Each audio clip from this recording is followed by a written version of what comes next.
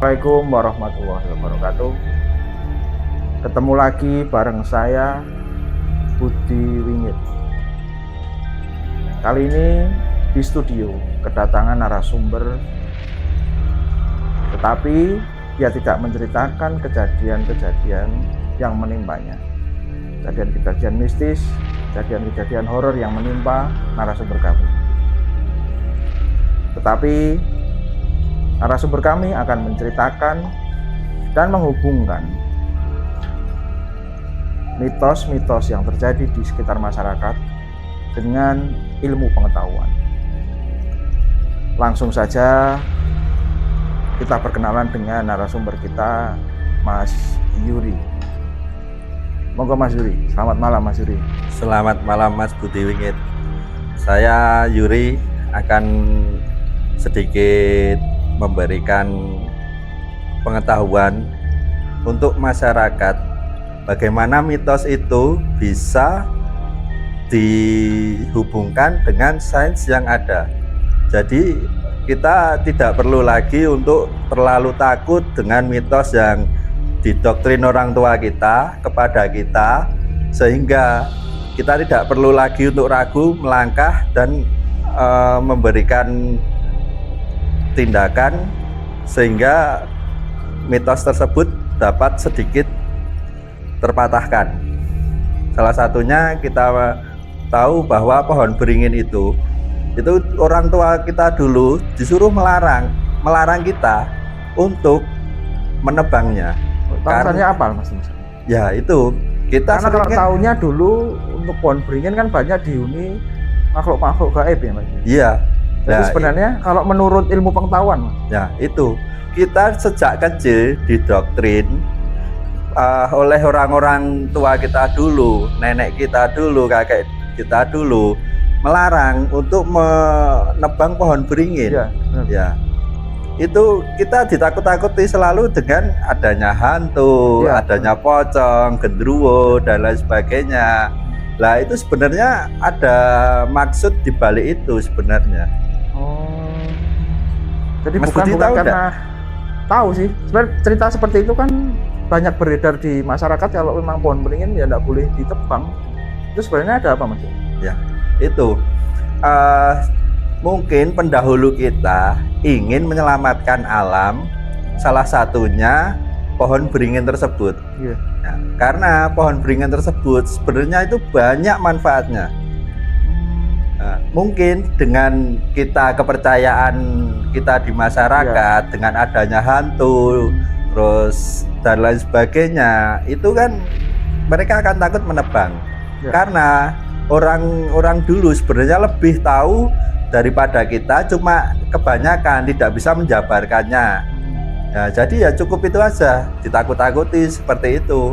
Ada hantu, nanti bawa sial atau bagaimana, lah itu. Kalau secara ilmu pengetahuan, lah itu. Pohon beringin itu sebenarnya ada apa ya Mas? Wah, manfaatnya banyak sekali itu. Akar-akarnya itu bisa mengikat tanah sehingga nggak gampang erosi. Daunnya itu bisa menyerap karbon dioksida.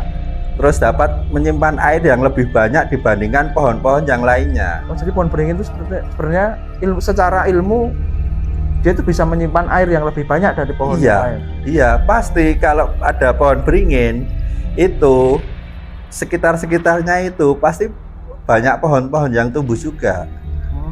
Begitu ya. Iya, mungkin karena orang tua zaman dulu pengen menyampaikan, pengen melarang secara halus, ya caranya seperti itu. Ditakut-takuti. Iya, ditakut-takuti. Padahal sebenarnya enggak seperti itu. Enggak seperti itu. Nah, itu tadi teman-teman, satu cerita mistos yang dulu pernah disampaikan ke orang tua kita, orang-orang pendahulu kita, kalau pohon beringin itu berhantu. Ternyata menurut ilmu pengetahuan yang sudah disampaikan Mas Yudi, itu karena pohon beringin mengandung dapat menyimpan air yang lebih banyak dari pohon-pohon yang lain. Kita lanjut cerita yang kedua, Mas Yuri, tentang mitos yang dihubungkan dengan ilmu pengetahuan. Apalagi Mas Yuri? Ini ada juga itu keris.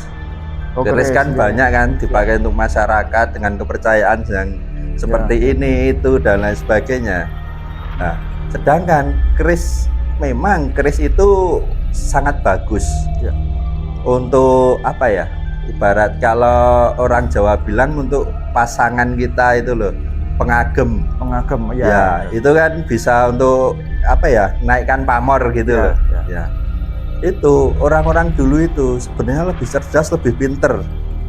Karena kenapa? Jenengan tahu enggak keris kenapa bisa berdiri? Enggak tahu. Kalau setahu saya ya karena memang ada kodamnya kan? Ya, itu ya, Ya. semacam itu. Iya. Itu Ya, kenapa? kebanyakan orang taunya seperti itu. Kalau secara ilmu pengetahuan seperti apa? Itu sebenarnya aerodinamis sekali pembuatannya itu. Ya. Jadi nggak sembarang orang bisa. Itu karena yang buat yang ini yang namanya sekarang ini ya apa? empu-empu itu ya? zaman dulu itu memang kesaktiannya itu kalau menurut saya bukan sakti tapi dia itu pinter.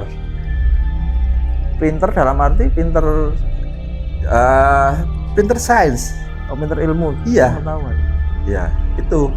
Jadi keris itu dibuat sedemikian rupa hingga aerodinamis itu sampai bisa berdiri loh.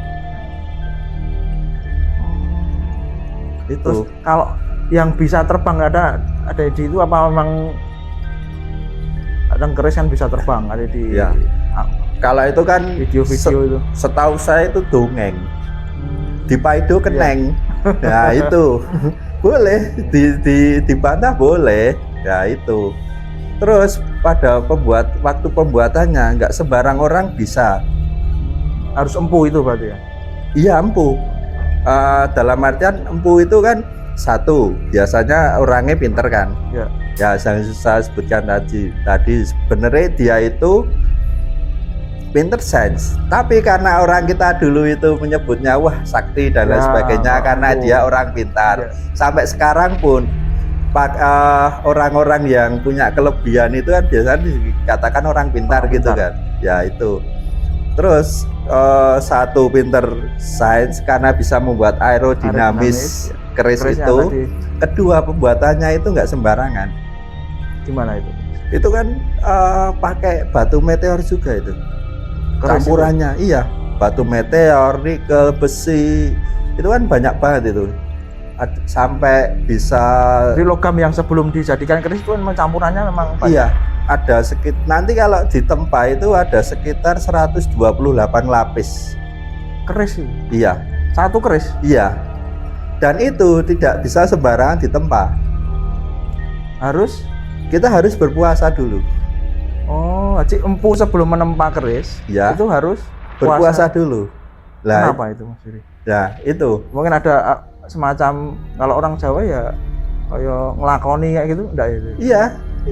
Kalau orang Jawa kan bilangnya ngelakoni. Iya. Ya benar ngelakoni puasa. Iya. Karena ketika kita menempa nanti itu kalau kondisi kita tidak puasa, Ya. katakanlah dalam keadaan kenyang, kita itu menempa itu bisa sekencang-kencangnya.